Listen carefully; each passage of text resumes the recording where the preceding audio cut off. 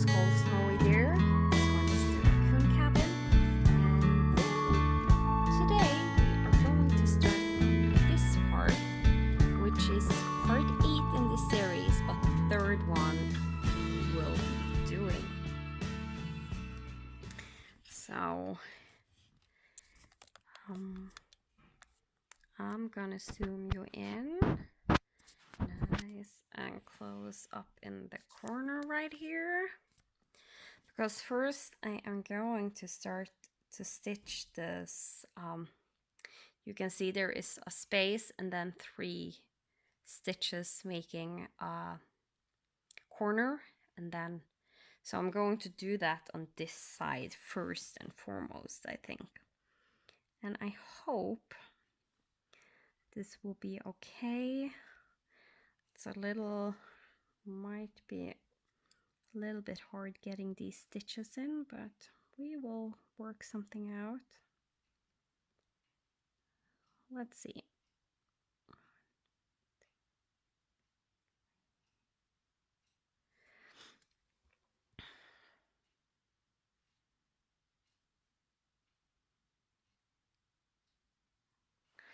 Right now there is,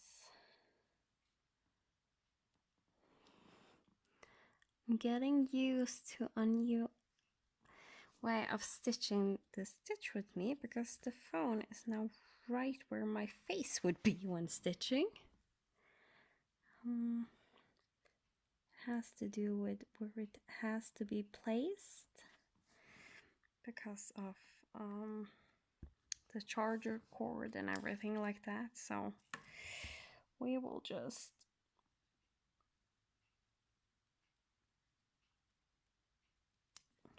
try and see. I might pause for a little second and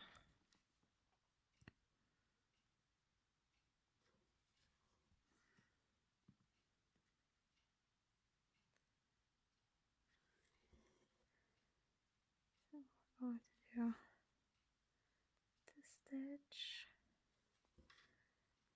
and this stitch. I need to tilt it a little bit more for me. Hope you still can see. All right, let me see. No, I'm having 2 spaces between my patterns. So 1,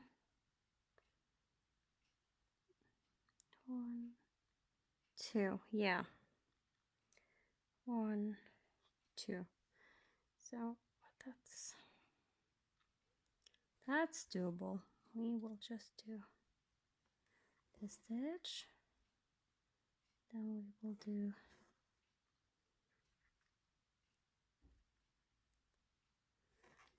this stitch. No, that is not looking good.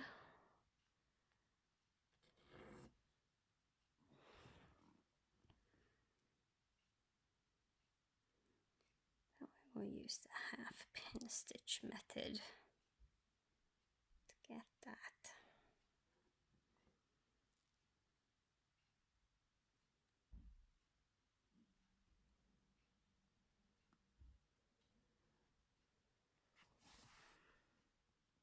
The half pin stitch method is going up in one of the middle holes, down the center, tic-tac board, and then I continue stitching.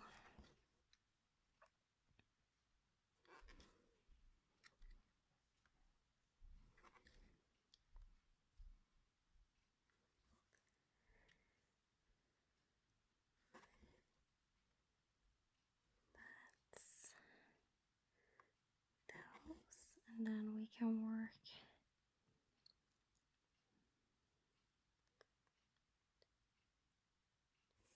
the stitches down here.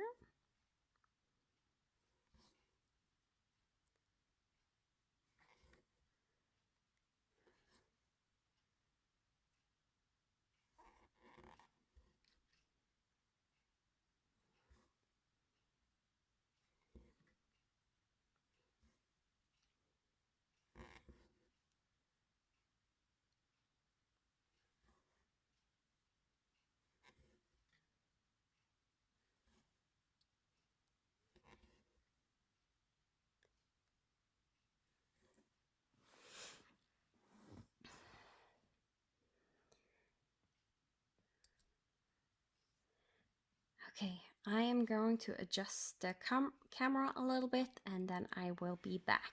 Okay, I'm back. Let's just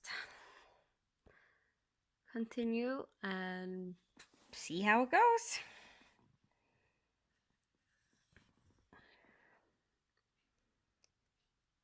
Let me see which.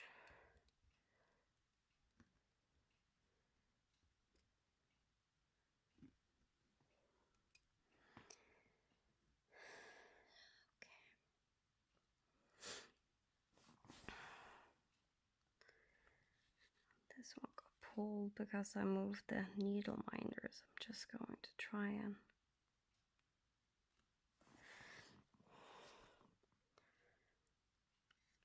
get it to loosen up a little bit, both of them. Hopefully that's better. Okay.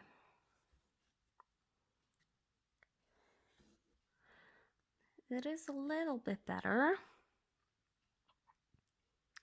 But how you are set up right now. I hope it's better. I hope it didn't get worse for you. That it still looks good with this angle and everything.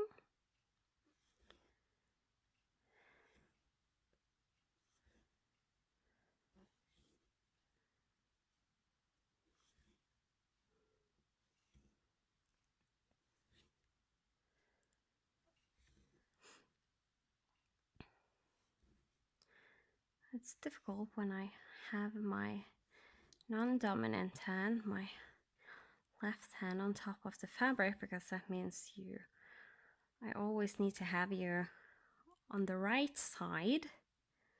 And that's not always that easy when we're stitching on the left side of the fabric, of the frame. So yeah, but it's this right here works fine for me. So hopefully it does look like it still looks good from your end.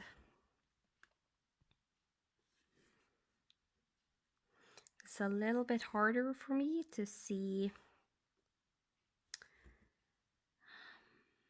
the phone because I need to have my face like to the side of the phone instead of where I usually have been having it. That I have like, I can only look, if I look my usual setup, I only needed to look a little bit up to the right and I will see how the frame was, like where the camera was and how filming was, so how it would look for you.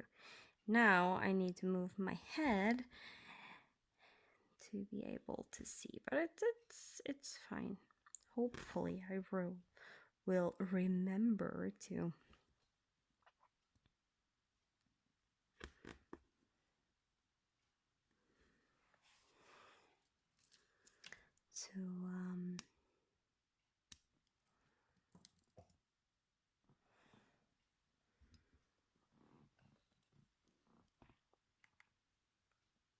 I lost my train of thought.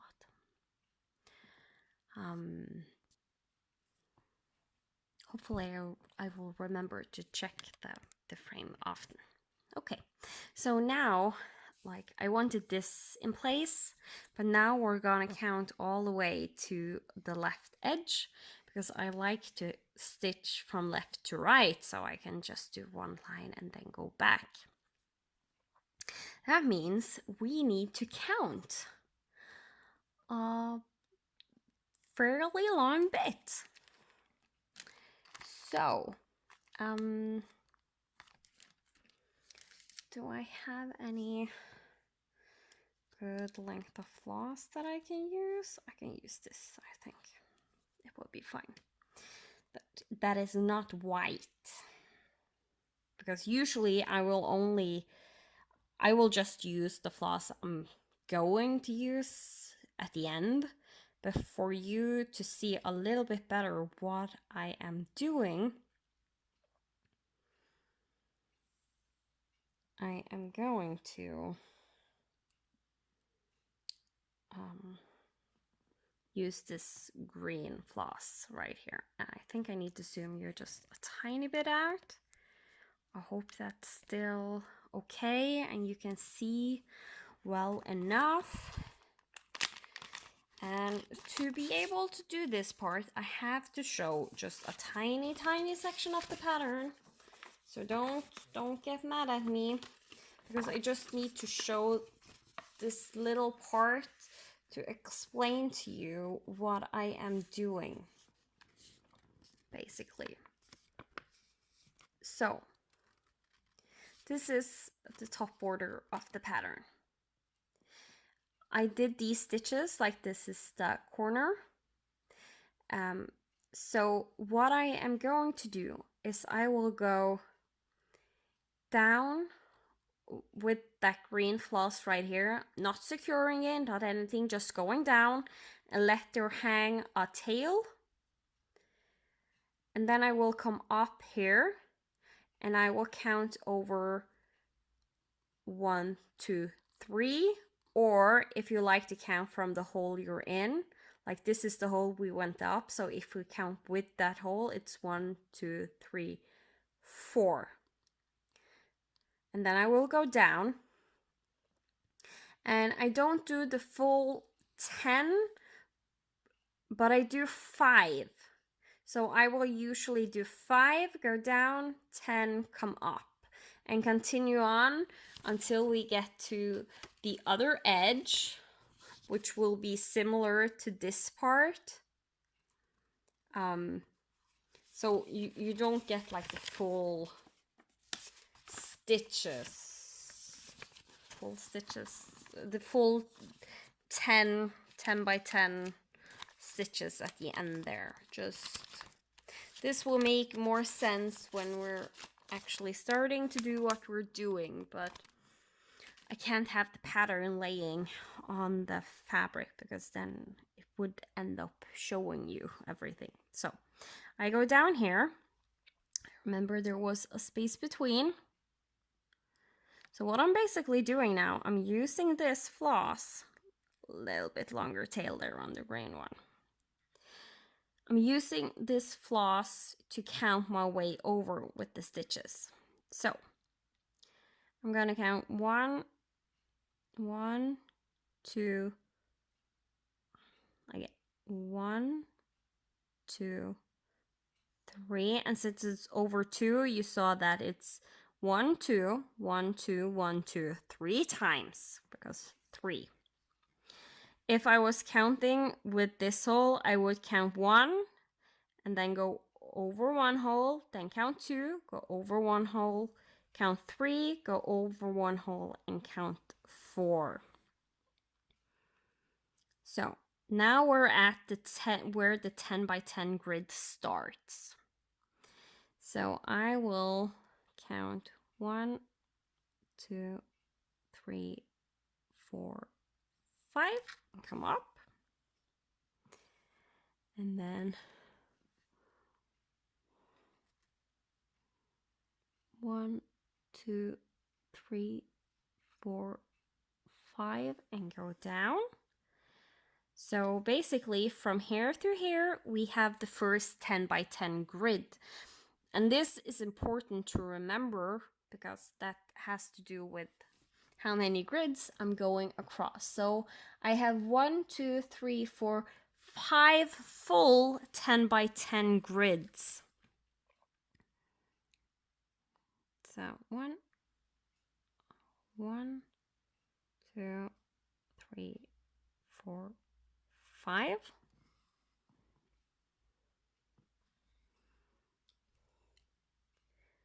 One, 2, 3, 4, 5. And if you're not 100% sure about your counting even to 5, you can do even smaller sections in between. Like I have even done like one stitch up, one stitch down, one stitch up, one stitch down. So you have, like, every time the floss is going up and down, that empty section is one stitch, and that section with a thread laying over is a second stitch. Now here we have 5. Okay, that was the next 10. So 1, 2, 3, 4, 5. And I might speed this process up just so I get the 10 by 10 grids done.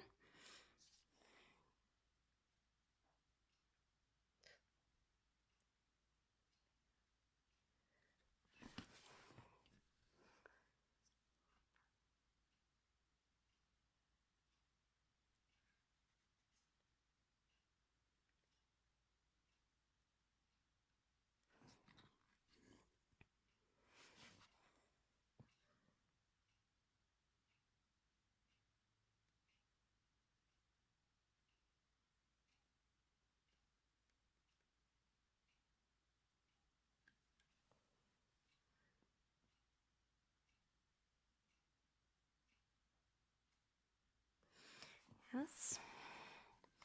Sometimes some of the section seems longer than other because it's linen. This is easier on even weave.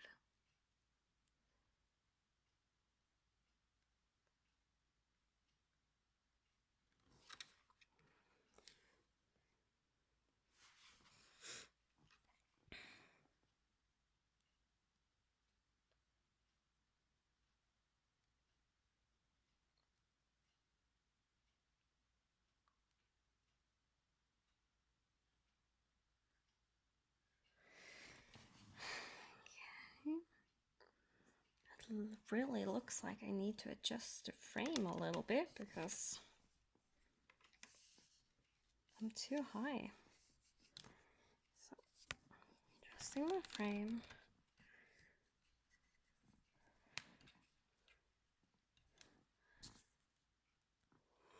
Okay. So we had 1, 2, 3, 4, 5. 1, 2, 3, 4, 5. I'm always double, quadruple checking. And now we have 1, 2, 3, 4, 5, 6. So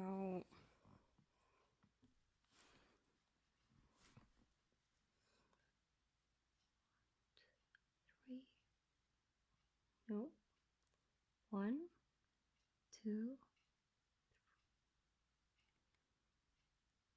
1, 2, 3, 4, 5, 6. So this is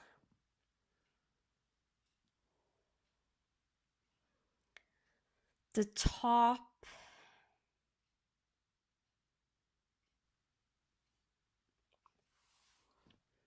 right corner of the stitch, if I'm not wrong, because I started here and then I came up.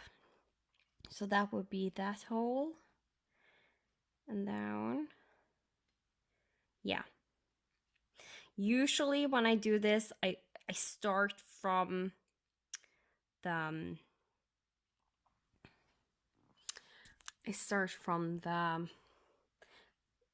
the hole I would usually start my stitch, but instead I started here this time just to show you better how this all works. So, and then luckily I have 2 needles on this project. I will take out one because it's going to be white stitches. I'm going to take out one length of white floss. Right now, it's usually nice to be able to start with the loop method. I will show you why, because afterwards I count again to make sure that it was correct and my thinking is correct from the stitch I am currently doing.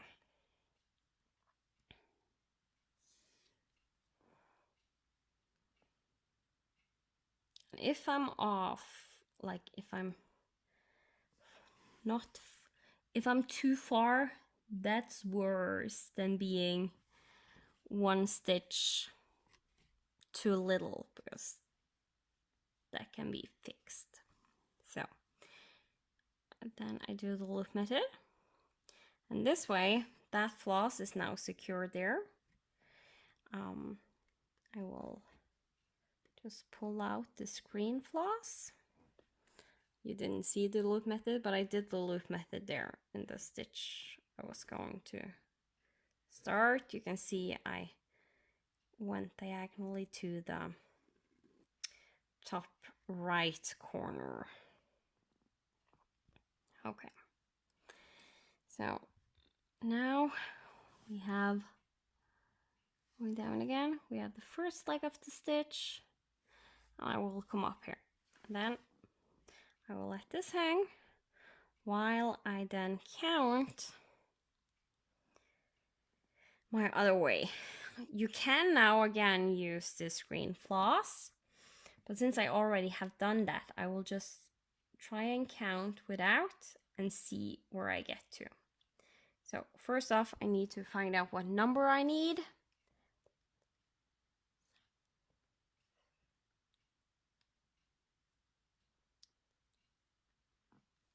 Okay. And then I start to count.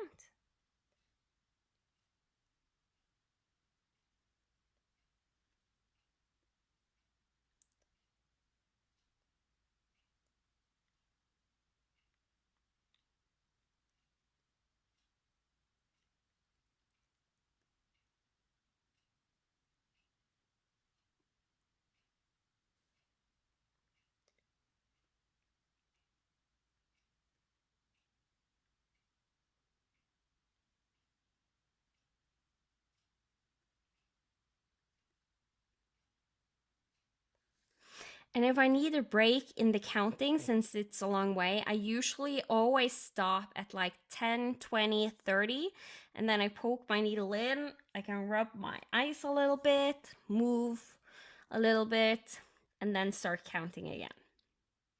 So since I always start 10, 20, 30, I know I stopped at 30. So then it's just continue again.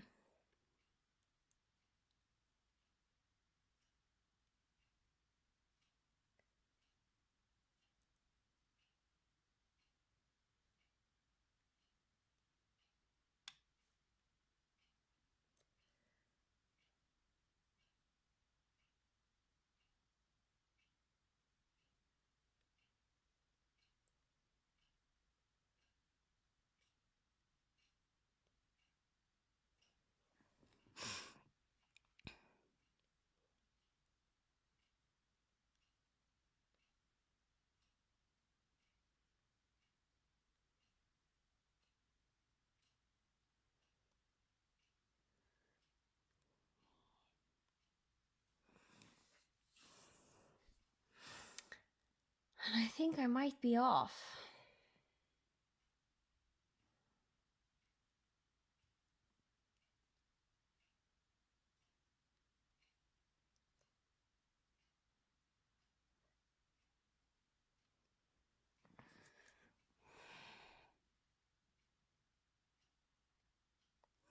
Because I was supposed to end here. So once again, I have to count.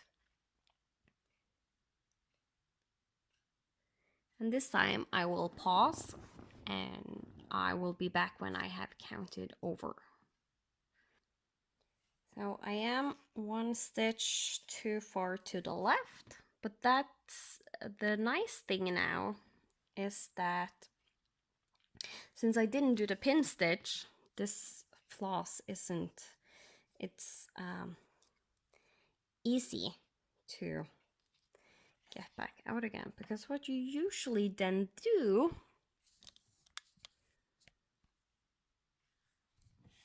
get you over here, is go down this hole. I will go up the hole I went to pull down the loop, and then the loop will come back up. So I pull the floss fairly long, and then I know I was one too much to the left, so I go to the right.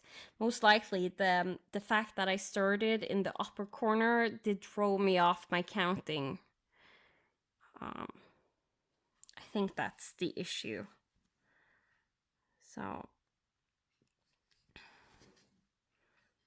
now we should be correct.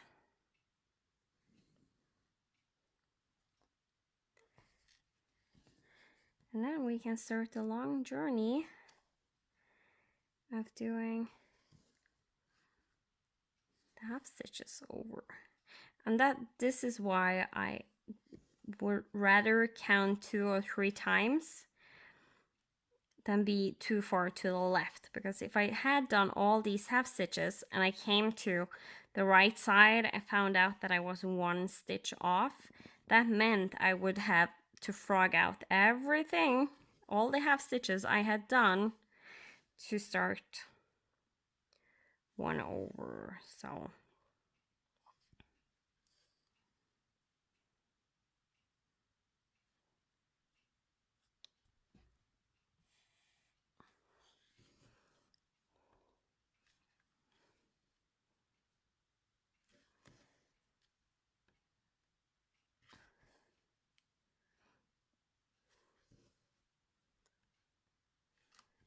usually what I do now when I go over is that I will count while I'm doing the half stitches.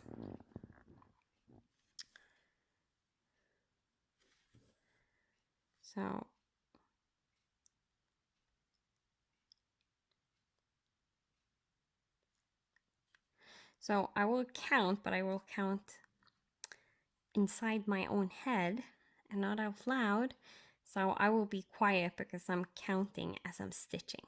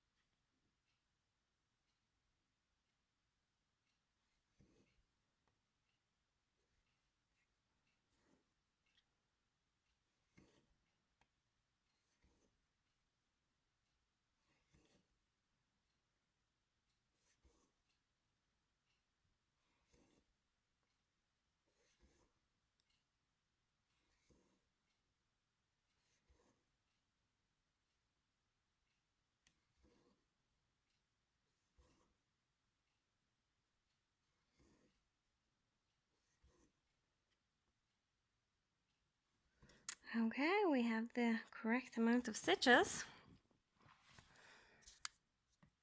I think I'm going to zoom you a little bit out because it's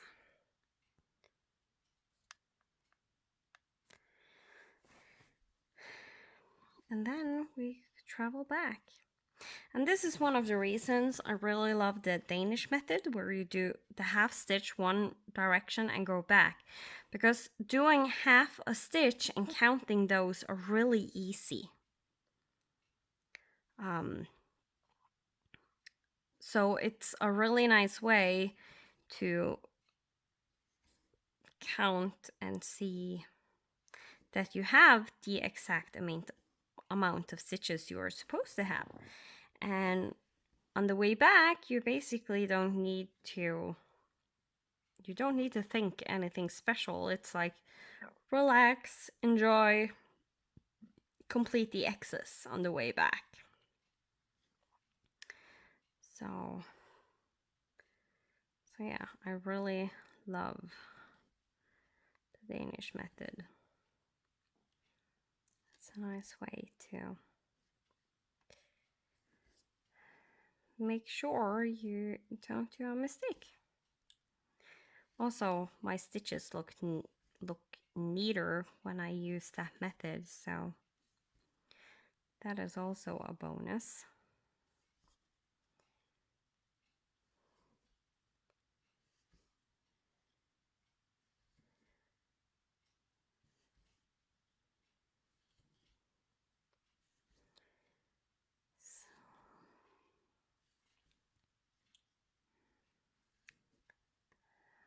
We are again closing in on the end. So, as I said in the last episode, that there would be a lot of counting and showing you what to do, so there wouldn't be a whole bunch of stitches, which I was pretty accurate in because you use a lot of time counting, and I would rather count 3 times too much than 1 time too little. Like, I usually count everything twice, and the times I don't do that, that's when mistakes happen.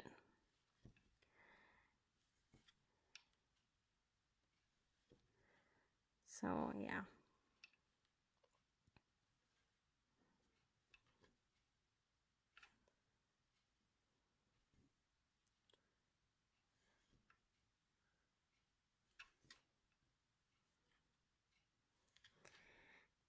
And if I don't think I'm going to show that counting method again on this project. I don't think. But be aware, it's better to start in the corner where you usually start your stitch, because that's what was throwing me off in the counting. Especially since it's only was one. I know that was the issue. So, but I hope the method, like, you still understood like the basics of it, and you just have to you basically just have to try it out and see how that method works best for you. Adjust it a little bit to fit the way you would want to do. Like when I did my Winter Queen, where I counted from a little bit over the middle part to the top of her head, I did every other stitch just to be like 110% sure. I started in the lower left corner when I counted, because that's usually where I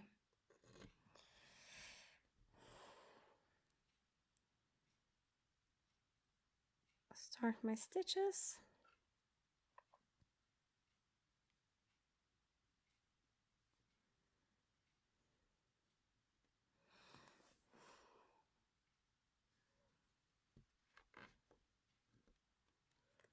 So yeah.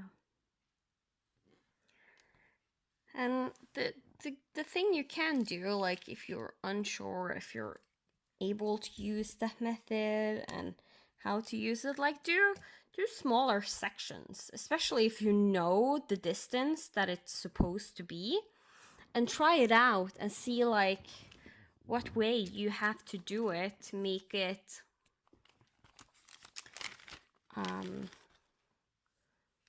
work for you.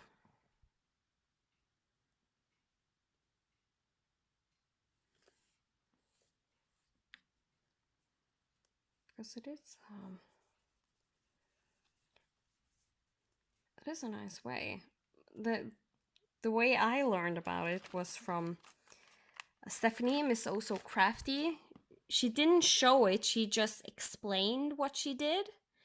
And I just tried it out and saw and found something that worked. I don't know if it's exactly the same she is doing, but